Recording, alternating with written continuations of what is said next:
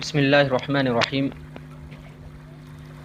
بہت سارے احباب نے مسائل پوچھے تھے، ان مسائل کا جواب دیا جائے گا انشاءاللہ۔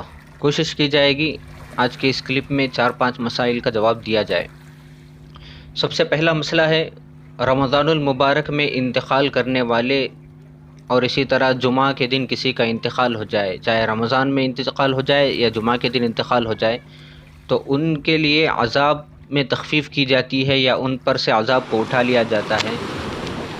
اس سلسلے میں کیا ہے، تحقیق کیا ہے؟ ایک صاحب نے مسئلہ پوچھا ہے۔ چونکہ رمضان المبارک میں جہنم کے دروازے بند کر دیے جاتے ہیں، کوئی گناہ گار اس مہینے میں مر جاتا ہے تو اس کے ساتھ اللہ تبارک و تعالیٰ کا کیا معاملہ ہوگا؟ تو سمجھنے کی بات یہ ہے کہ رمضان المبارک اور جمعہ کے دن انتقال کرنے والوں کے بارے میں روایات میں آتا ہے کہ ان سے قبر کا عذاب ہٹا دیا جاتا ہے۔ صرف اتنی بات تو روایتوں میں آئی ہے۔ اب یہ عذاب صرف رمضان اور جمعہ کے دن ہٹایا جاتا ہے یا قیامت تک اس کے لیے عذاب کو روک دیا جاتا ہے؟ اس سلسلے میں علماء کے اقوال مختلف ہیں۔ بعض علماء فرماتے ہیں صرف رمضان کے مہینے میں اور جمعہ کے دن کسی کا انتقال ہو گیا تو جمعہ کا ایک دن عذاب نہیں دیا جاتا، رمضان کا ایک مہینہ اس کو عذاب نہیں دیا جاتا۔ جیسے ہی جمعہ کا دن ختم ہو جائے یا رمضان کا مہینہ ختم ہو جائے، پھر اس سے پوچھ تاچھ شروع ہو جاتی ہے، عذاب اور ثواب کا سلسلہ پھر شروع ہو جاتا ہے۔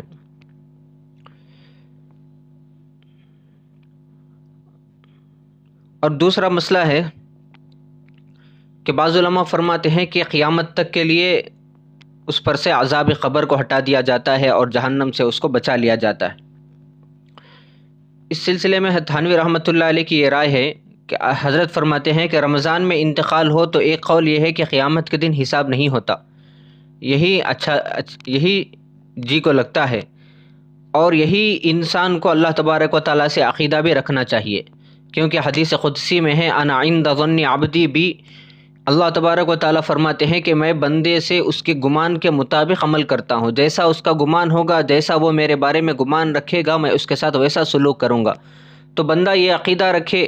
حدیث میں تو صرف اتنی بات آئی ہے کہ عذاب قبر کو ہٹا لیا جاتا ہے، لیکن اپنے طور سے بندہ یہ سوچے کہ انشاءاللہ کسی آدمی کا انتقال جمعہ کے دن ہو یا رمضان المبارک میں ہو، اللہ تبارک و تعالیٰ قیامت تک کے لیے اس سے عذاب کو ہٹا لیتے ہیں، عذاب سے اس کی حفاظت فرما دیتے ہیں۔ یہ عقیدہ رکھے، انشاءاللہ اللہ تبارک و تعالیٰ کی ذات سے امید ہے کہ اللہ تبارک و تعالیٰ اس کی حفاظت فرمائیں گے۔ یہ تو مسلم اور مسلمان کا مسئلہ تھا۔ اگر کوئی غیر مسلم رمضان میں مر جائے یا جمعہ کے دن مر جائے تو اس کا کیا مسئلہ ہے؟ تو اس بارے میں علماء نے لکھا ہے کہ صرف رمضان کے احترام میں رمضان المبارک تک کا عذاب قبر سے اس کی حفاظت ہو جائے گی۔ جمعہ کے دن صرف جمعہ کے دن انتقال ہو گیا تو جمعہ تک کے لیے جمعہ کے احترام میں اللہ تبارک و تعالیٰ عذاب کو روک لیں گے۔ جیسے ہی جمعہ کا دن ختم ہو جائے، رمضان کا مہینہ ختم ہو جائے، پھر اس سے عذاب اور ثواب کا سلسلہ شروع ہو جائے گا، چونکہ کافر کے ساتھ تو کوئی ثواب کا مسئلہ نہیں ہوتا، اس کے نیک اعمال کا بدلہ تو اللہ تبارک و تعالیٰ دنیا ہی میں دے دیتے ہیں، لہٰذا مرنے کے بعد اس کے لیے ثواب کا کوئی مسئلہ نہیں ہوتا۔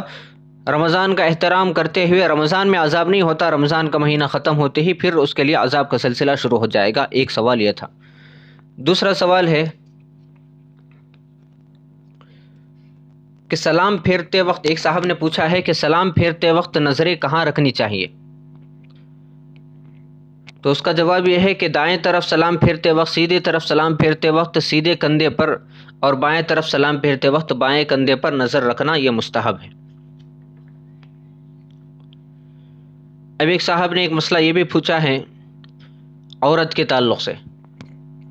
ایک عورت نے سحری کر لیا، روزے کی نیت بھی کر لی تھی، لیکن افطار سے پہلے اس کی ماہواری شروع ہو گئی، یعنی اس کے ایام جو ہر مہینہ شروع ہوتے ہیں وہ شروع ہو گئے، پیریڈ اس کے شروع ہو گئے، تو ایسی عورت کیا روزے کو کنٹینیو کرے گی، یا اس کا روزہ شمار ہوگا یا نہیں ہوگا، یا روزہ اس کے لیے توڑنا ضروری ہوگا؟ یہ مسئلہ تھا۔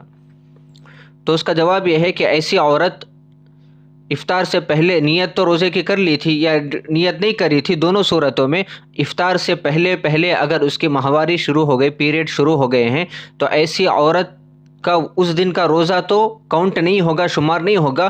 ایسی عورت شام تک کے لیے بھوکی پیاسی رہے گی لیکن روزہ شمار نہیں ہوگا، اس روزے کی قضا، اس دن کے روزے کی قضا بعد میں کرے گی۔ شام تک بھوکی پیاسے رہنا اس کے لیے افضل ہے۔ اور اگر جسم میں کمزوری آ گئی تو کھانے پینے کی بھی گنجائش ہے، اس دن کا روزہ شمار نہیں ہوگا۔ ایک یہ مسئلہ تھا۔ اور اسی طرح ایک یہ مسئلہ ہے کہ ایک صاحب نے مسئلہ پوچھا ہے، اگر ایک آدمی سجدے کی آیت قرآن پاک نماز میں سجدے کی آیت تلاوت کر رہا تھا، تلاوت کرنے کے بعد سجدہ کرنا بھول گیا، تو ایسے آدمی کے لیے کیا مسئلہ ہے؟ نماز ہوگی نہیں ہوگی؟ یا سجدے کی آیت پڑھنے کے باوجود سجدہ نہ کرنے کا اس کو گناہ ہوگا؟ کیا مسئلہ ہے؟ تو اس کا جواب یہ ہے کہ اگر سلام پھیرنے سے پہلے یاد آ گیا کہ میرا سجدہ کرنا تھا، سجدہ نہیں کیا ہے، سجدے کی آیت میں نے پڑھ لی تھی لیکن سجدہ نہیں کیا، اس کو جیسے ہی یاد آ گیا، سلام پھیرنے سے پہلے جیسے ہی یاد آ جائے فوراً سجدہ کر لینا چاہیے۔ جیسے ہی یاد آ جائے فوراً سجدہ کر لینا چاہیے۔